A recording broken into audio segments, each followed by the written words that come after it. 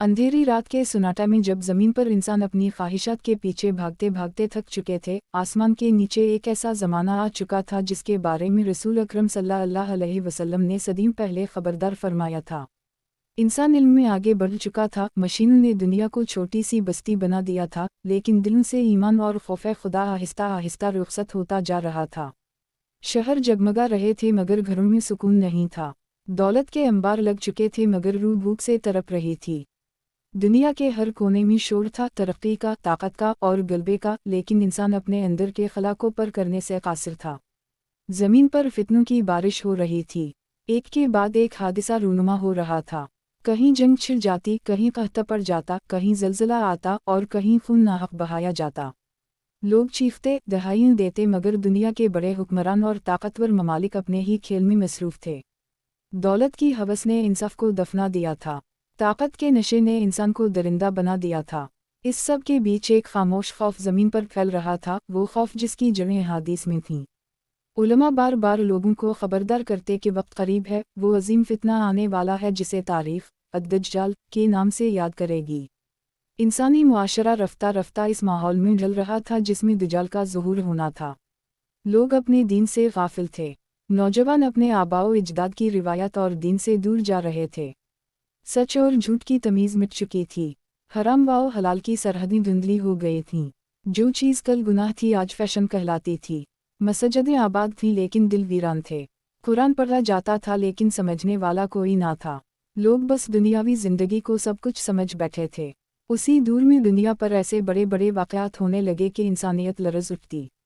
आसमान पर अजीब निशान ज़ाहिर होने लगे। मशरिक़ से मग़रिब तक एक बेचैनी की लहर फैल गई। ताकतवर मुल्क एक दूसरे से टकरा रहे थे। जंगों ने ज़मीन को खून से भर दिया। हर तरफ खौफ था, कोई महफूज ना रहा। माएँ अपने बच्चों के मुस्तक़बिल पर रो रही थीं। नौजवान अपनी ज़िंदगी की मानी ढूंढ रहे थे। इंसान अपने आप को अकेला और बेबस महसूस कर रहा था। यही वो वक्त था जब ज़मीन पर शदीद कहत नाज़िल हुआ।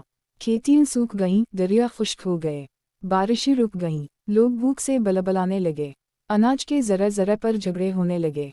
इंसान रोटी के एक टुकड़े के लिए कत्ल करने लगा। इस कहत ने लोगों के दिलों में नाउम्मीदी और खौफ भर दिया। लोग अपनी जान बचाने के लिए हर तरह का झूठ, फरेब और जुल्म करने लगे।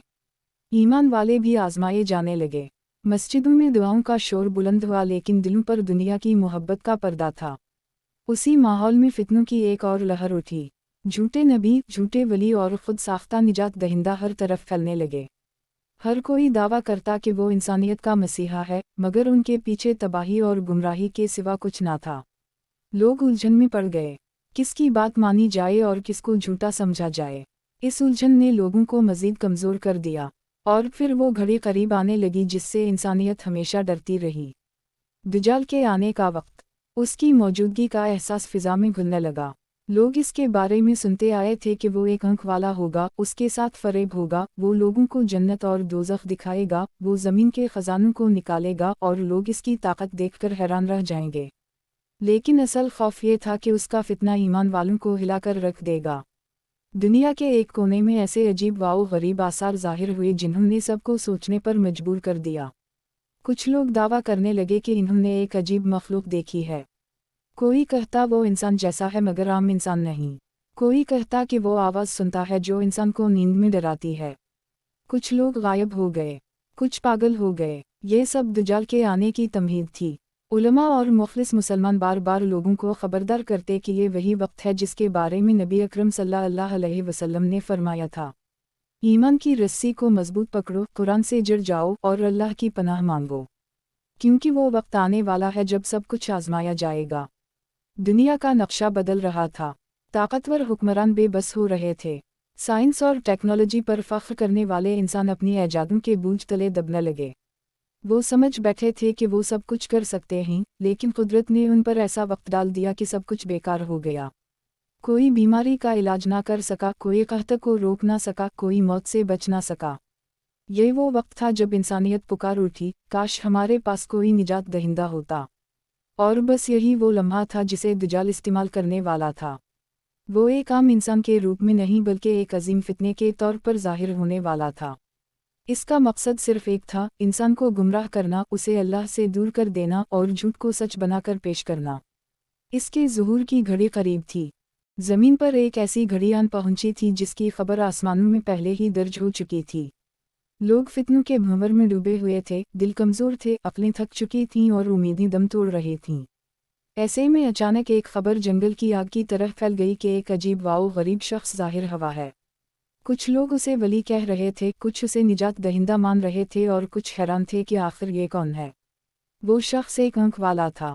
اس کی ایک آنکھ ایسے تھی جیسے سوکھا ہوا انگور اور دوسری آنکھ کے اوپر گوشت کا ایک ٹکڑا سا نظر آتا۔ اس کا قد بڑا، جسم مضبوط، آواز بھاری اور اثر انگیز تھی۔ وہ چلتا تو ایسے لگتا جیسے زمین کانپ رہی ہو۔ اس کے ساتھ ایسے عجیب واؤ غریب مناظر تھے جو انسان کی عقل کو حیران کر دیتے۔ جب وہ کسی بستی میں داخل ہوتا تو زمین کے خزانوں کو کھول دیتا۔ خشک کھیتیاں ہری ہو جاتی، مردہ زمین زندہ ہو جاتی، پانی کے چشمے پھوٹ پڑتے، جانور فربا ہو جاتے اور دودھ سے بھر جاتے۔ لوگ حیران رہ جاتے، بھوکے پیٹ بھرنے لگتے، خشک تر ہو جاتے۔ وہ شخص کہتا، دیکھو، میں ہی وہ ہوں جسے تم صدیوں سے تلاش کر رہے تھے، میں ہی تمہارا نجات دہندہ ہوں۔ لوگ اس کے گرد جمع ہو جاتے، اس کے قدموں میں گرنے لگتے اور اس کی تعریف کرنے لگتے۔ لیکن یہ سب حقیقت نہ تھی بلکہ ایک عظیم فریب تھا۔ وہ اپنی جھوٹی طاقت سے لوگوں کو بہکاتا۔ جو اس پر ایمان لاتا اسے دنیاوی نعمتیں مل جاتیں اور جو اس کی بات نہ مانتا اس پر زمین تنگ کر دی جاتی۔ کھیتیاں سوکھ جاتیں، پانی رک جاتا، بھوک پھیل جاتی۔ لوگ مجبور ہو جاتے کہ اس کی اطاعت کریں۔ اس کے پاس جادو جیسی طاقت تھی۔ وہ آسمان کو حکم دیتا تو بارش برسنے لگتی۔ وہ زمین کو حکم دیتا تو خزانے باہر نکل آتے۔ وہ مردے کے پاس جاتا تو شیطان اس مردے کی شکل میں ظاہر ہو کر زندہ ہونے کا دھوکہ دیتا۔ یہ سب دیکھ کر لوگ چیخ اٹھتے، یہ تو خدا ہے، یہ تو الوہیت کا دعویٰ کرنے والا ہے، اور بہت سے نادان لوگ اس کے جال میں پھنس جاتے۔ اس کی ایک اور عجیب طاقت یہ تھی کہ اس کے ساتھ ایک چیز جنت اور ایک چیز دوزخ کی شکل میں دکھائی دیتی۔ وہ اپنے مخالف کو اپنی دوزخ میں ڈال دیتا تو لوگ سمجھتے کہ وہ جل گیا ہے، حالانکہ حقیقت میں وہ ٹھنڈا پانی اور راحت ہوتی، اور جسے وہ اپنی جنت میں ڈالتا وہ دراصل آگ میں جا گرتا۔ یہ فریب ایمان والوں کے لیے بہت بڑا امتحان تھا۔ لوگوں کے دل لرزنے لگے۔ علماء چیخ کر خبردار کرتے کہ یہ دجال ہے، وہی فتنہ جس سے رسول اکرم صلی اللہ علیہ وسلم نے ڈرایا تھا۔ مگر دجال کا فریب اتنا شدید تھا کہ بہت سے لوگ اپنی عقل اور ایمان کھو بیٹھے۔ وہ دنیاوی آسائش کے لیے اپنی آخرت بیچنے لگے۔ وہ دجال کے پیچھے دوڑنے لگے۔ کچھ ایسے بھی تھے جو ایمان پر قائم رہے، لیکن ان پر سختیاں بڑھا دی گئیں۔